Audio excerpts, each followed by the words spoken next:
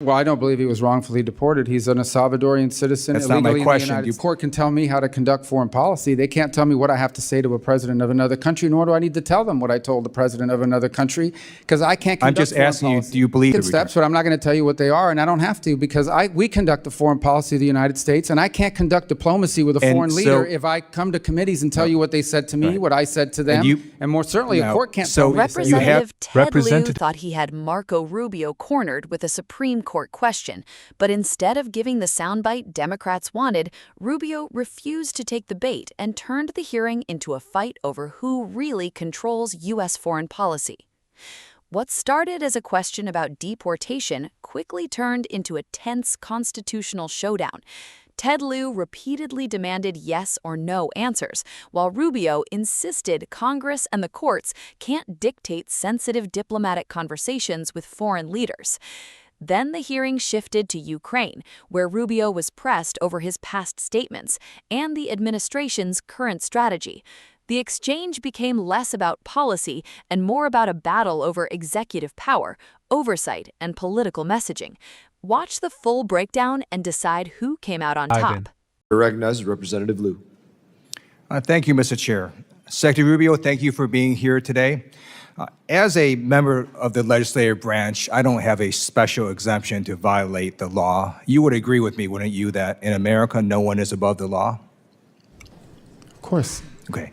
And in our system of government, it's Congress that makes the laws, the executive branch that executes the laws, and the judicial branch, when there's a dispute, that says what the law is. Is that right? Within the context of separation of powers, yes. Okay. And the reason that due process is so fundamental to America is before we put the entire weight of the federal government and snatch someone off the street, we might want to ask, hey, do you have something to say about that? Might we have the wrong person? And in the case of Mr. Garcia, the Trump administration admitted in court that they mistakenly deported him to El Salvador.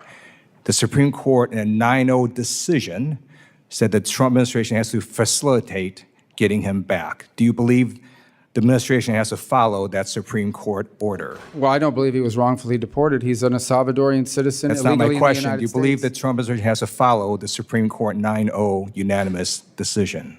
Within the context of separation of powers. Okay. No court can tell me how to conduct foreign policy. They can't tell me what I have to say to a president of another country, nor do I need to tell them what I told the president of another country, because I can't conduct foreign policy. I'm just asking you, do you believe the Trump administration has to follow the unanimous Supreme Court decision? I believe we are following it. Okay, so my next question is, what steps have you or the State Department taken to facilitate the return of Mr. Garcia, who was mistakenly deported to El Salvador? The conduct of our foreign policy is an executive function, and how I conduct I'm just I don't need to asking share you, with you. well, let me ask you this. Share with the court. Have you or the State Department taken any steps to facilitate? We've taken steps, but I'm not going to tell you what they are, and I don't have to, because we conduct the foreign policy of the United States, and I can't conduct diplomacy with a foreign leader if I come to committees and tell you what they said to me, what I said to them, and more certainly a court can't tell me to say that. So you have taken steps to facilitate Mr. Garcia's return. We've made those. We've made that assertion, and we've made those assertions in court, and we've complied. I appreciate that. I'd like to ask you now about Ukraine. On August 24th, 2022, you tweeted the following. In the past 6 months since Putin's criminal invasion of Ukraine, Ukrainians have shown incredible bravery and strength as they fight to defend their homeland. On Ukraine's Independence Day, the free world applauds their courage and celebrates Ukraine's sovereignty. And then also in 2022, you said the people of Ukraine are tough people who will never accept being ruled by Putin. I want to ask you, I assume you continue to believe what you said in 2022, right? That we should celebrate Ukraine's sovereignty and that the people of Ukraine will never accept being ruled by Putin, right? Yeah, that's why we're trying to end the war. All right. On April 30th, 2018, you tweeted, glad to see State Department confirm delivery of Javelin anti-tank missiles to Ukraine. The U.S. should continue empowering Ukraine and other allies to defend against the threat of Russian aggression. You would agree with your prior statement that the U.S. should continue to support Ukraine against Russian aggression, right? We've supported them more than anyone in the world. All right.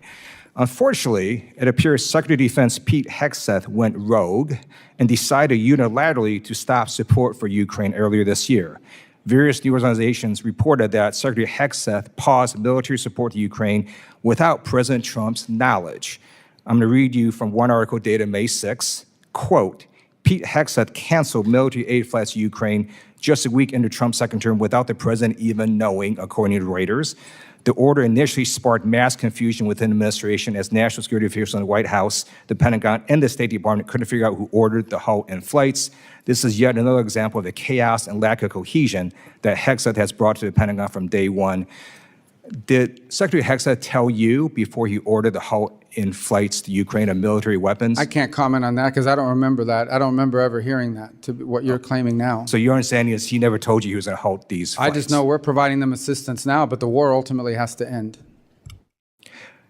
In 2016, you stated the following: from his repression of the Russian people and the assassination of his critics, to his dangerous invasion of Ukraine, the occupation of Crimea, to his threats against our NATO allies in Central and Eastern Europe, to the war crimes committed by Russian forces, Putin's Russia is a threat to global stability.